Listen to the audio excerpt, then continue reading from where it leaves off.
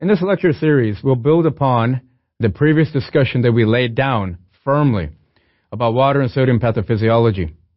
It is imperative that you fully have understood everything that we talked about in the previous discussion before moving on to greater details of isotonic, hypotonic, hypertonic fluid disorders. Understand, please, that we'll be moving through this material rather efficiently, and if your foundation isn't strong, you will be confused, and you don't want that. We're here to clarify things and make sure that your thoughts are organized.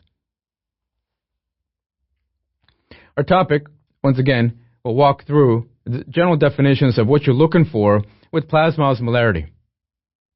Up until now, we've talked about sodium. We said that it was the main factor to determine plasma osmolarity. And we also said that as far as normal physiologic effective osmolarity in the clinical realm, it is 2 times sodium that you're paying attention to. Now, let's move into a little bit more detail. Serum sodium concentration actually reflects a ratio. This ratio is going to be total body sodium, stop there, over total body water. This is what we have. So serum sodium is equal to total body sodium over total body water. I need you to take a minute and digest this formula, because this is then going to determine, as I said, what kind of plasma osmolarity and shifts of fluid that we have between ECF and ICF. Now, total body sodium is the sum of all sodium where? In the ECF. Once again, let me give you the significance of that. In the ECF, what do we have? 2 major compartments. We have the plasma and we have our interstitium, correct? Those 2 compartments are then divided by what membrane? The capillary membrane. Is that capillary membrane permeable to sodium? Absolutely. So therefore, when we say total body sodium, we're referring to the sodium in both compartments of vascular and interstitium. That must be understood before we move on. Now, the serum sodium is the amount of sodium in a liter of serum over the plasma in the vascular compartment. Both compartments are taken into consideration. Now, before we move into the discussions of iso, hypo, and hypertonic disorders, we'll take a look at overall what this patient looks like with total body sodium and its assessment. Let's evaluate our total body sodium, shall we? Decreased total body sodium produces signs of volume depletion.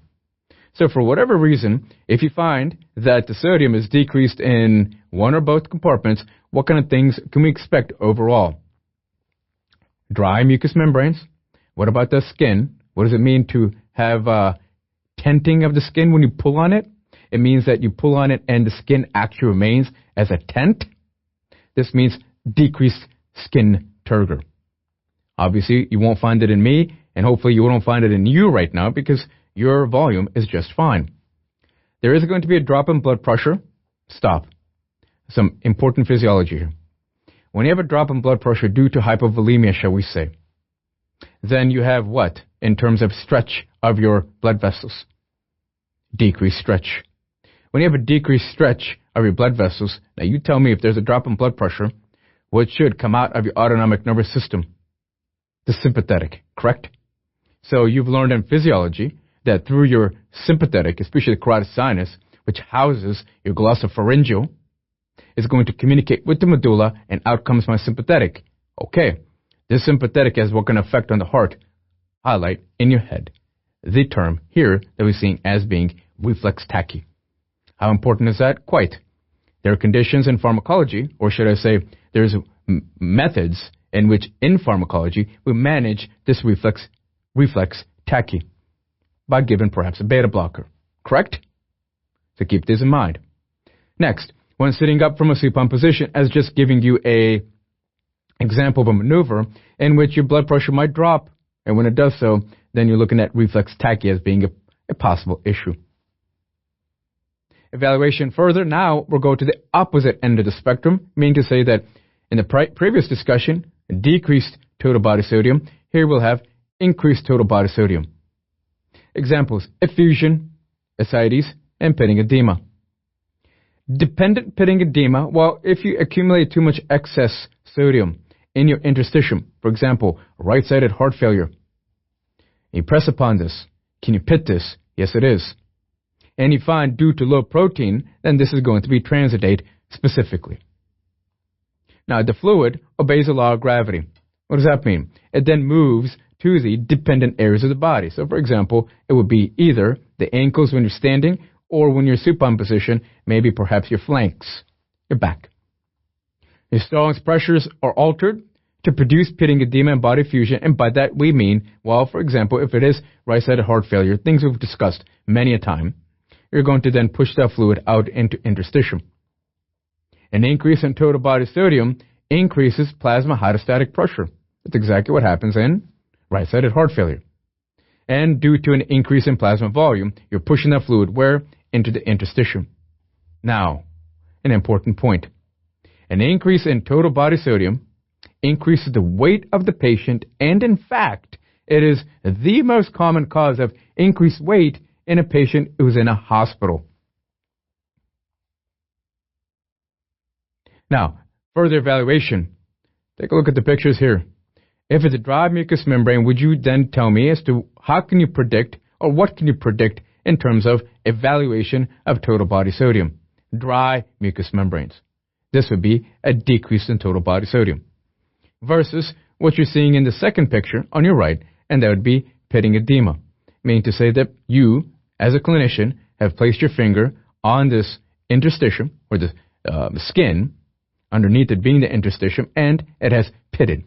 This obviously then represents an increase in total body sodium.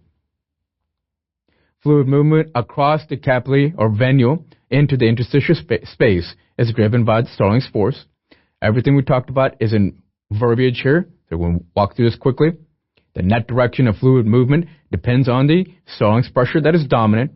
So, for example, decreased oncotic pressure, fluid moves out. An increase in hydrostatic pressure, fluid moves out, doesn't it? That's exactly what we see here. Point 1 in this paragraph, an increase in plasma hydrostatic pressure, or you have a decrease in plasma oncotic pressure, meaning to say maybe cirrhosis, but improper or lack of albumin synthesis, causes the fluid to diffuse where, please? From the plasma into the interstitium. I'm going to ask you a simple question, a discussion that we've had, but now we're going to put this into play. What is your effective circulating volume versus your extracellular fluid volume in a patient that has either decreased oncotic pressure or increased hydrostatic pressure? You'll have a decrease in effective circulating volume. Why? Because the fluid is escaping from your vasculature into the interstitium. So effective circulating volume has decreased. Do you remember the discussion? Versus your extracellular fluid volume will be increased overall.